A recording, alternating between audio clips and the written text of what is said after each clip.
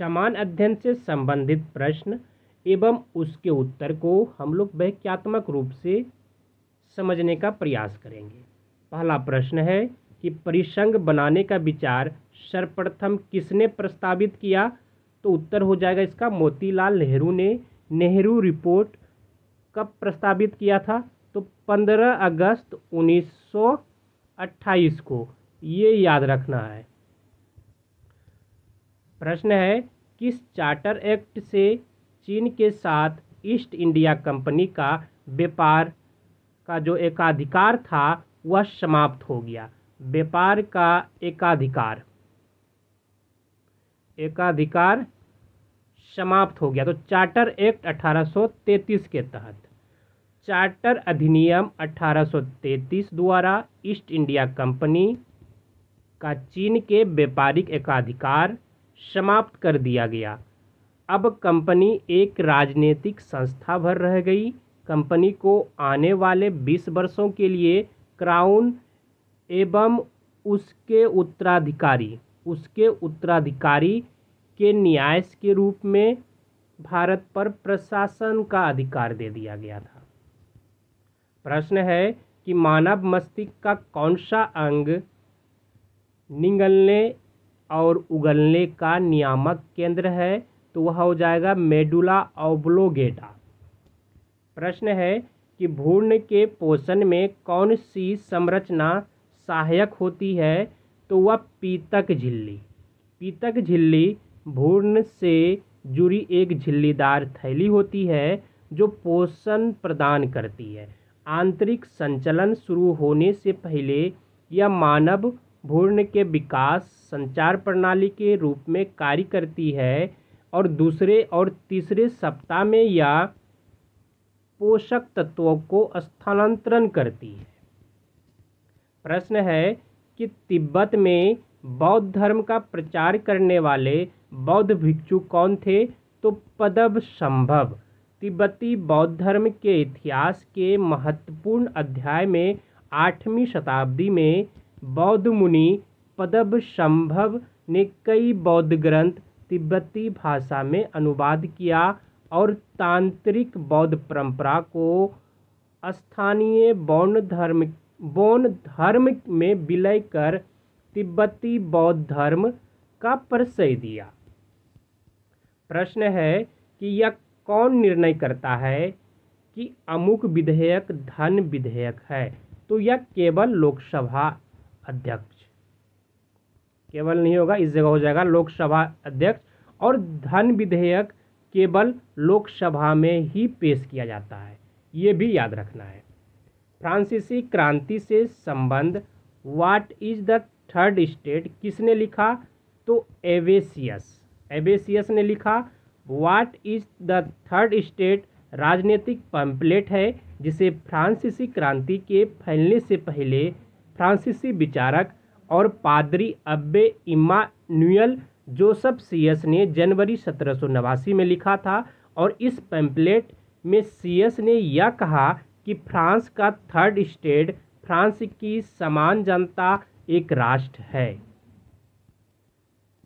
प्रश्न है पूर्ति अपने मांग स्वयं निर्धारित कर लेती है, यह उक्ति किसकी थी? तो मार्शल की। प्रश्न है कि सामुदायिक विकास कार्यक्रम का प्रारंभ किस वर्ष किया गया? तो वह 1952 ईस्वी में। 2 अक्टूबर 1952 को सामुदायिक विकास कार्यक्रम का उद्घाटन किया गया था और यह कार्यक्रम ग्रामीण विकास के इतिहास में एक महत्वपूर्ण कीर्तिमान था।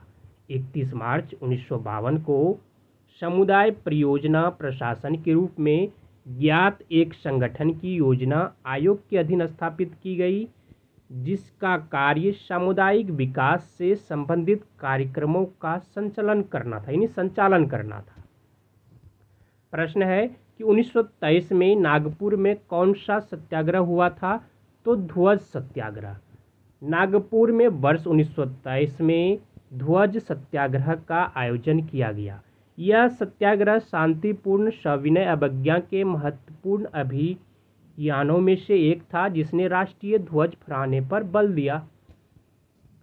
प्रश्न है कि 1936 में भारतीय नागरिक स्वतंत्रता संघ की स्थापना किसने की? तो पंडित जवाहरलाल नेहरू ने। पंडित जवाहरलाल नेहरू ने 1936 ईस्वी में मुंबई, भारत में पहली बार मानव अधिकार संगठन की स्थापना की, जिसे भारतीय सिविल लिबर्टीज यूनियन यानी ICLU का नाम दिया गया। करते हुए ILCU का उद्घाटन करते हुए उन्होंने इसके गठन का मकसद सरकार का विरोध करने का अधिकार बताया। प्रश्न है कि बनारस हिंदू विश्वविद्यालय की स्थापना कब की गई थी? तो 1916 में। 1916 में। बम्बई विश्वविद्यालय की स्थापना 1857 ईस्वी में, अलीगढ़ मुस्लिम विश्वविद्यालय की स्थापना 1875 ईस्वी में और इलाहाबाद विश्वविद्यालय की स्थापना 1887 ईस्वी में। भारतीय दर्शन शास्त्र का सबसे महत्वपूर्ण और सबसे पुराना स्रोत क्या है? तो वह वेद है। शहीद दिवस कब मनाया जाता है? तो 30 जनवरी को। भारत में राष्ट्रीय स्तर पर 30 जनवरी को शहीद दिवस मनाया जाता है। 1948 ईस्वी में गांधी जी की हत्या इसी दिन हुई थी। रक्तचाप किसका अधिक स्त्राव होने से बढ़ सकता है? तो वह थायरॉक्सिन का। थायरॉक्सिन हार्मोन के अत्यधिक स्त्राव से हृदय गति में वृद्धि, उच्च रक्तचाप और घबराहट उत्पन्न होती है। इस कारण हृदय की विफलता भी हो सकती है। प्रश्न है कि संविधान की किस धारा के अंतर्गत कोई भी व्यक्ति मूलभूत अधिकारों के हनन का मामला सीधे उच्चतम न्यायालय में उठा सकता है? तो धारा 32 के तहत। किसने मनसबदारी व्यवस्था का सूत्रपात किया था? तो अकबर ने। सेलुलोसी भित्ति किसके सेलों में पाई जाती है? तो यह पौधों के सेलों में पाई जाती है। सेलुलोसी भित्ति हरे पौधे की प्राथमिक कोशिका दीवार का एक महत्वपूर्ण संरचनात्मक घटक है। सेलु का प्रयोग मुख्य रूप से पेपर बोर्ड और कागज के उत्पादन के लिए किया जाता है। प्रश्न है कि चोल राजाओं ने किस धर्म को संरक्षण प्रदान किया? तो शैव धर्म को।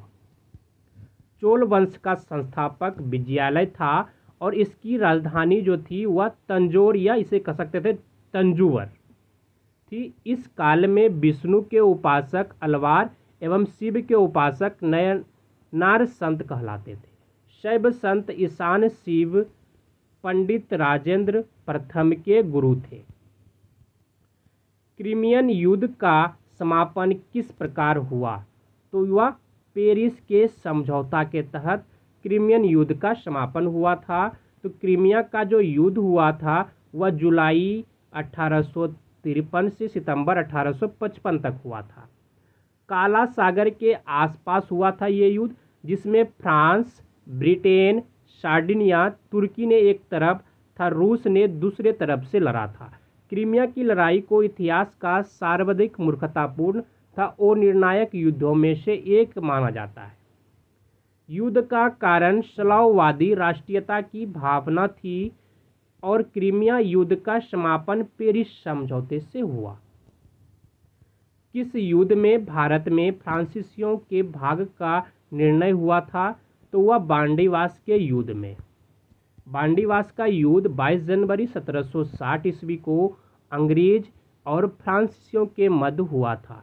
इस युद्ध में अंग्रेजी सेना का नेतृत्व आयरकुट ने तथा फ्रांसीसी सेना का नेतृत्व लाली ने किया था। इस युद्ध में फ्रांसीसी पराजित हुए और यही पराजय भारत में उनके पतन का शुरुआत भी था फ्रांसीसी का।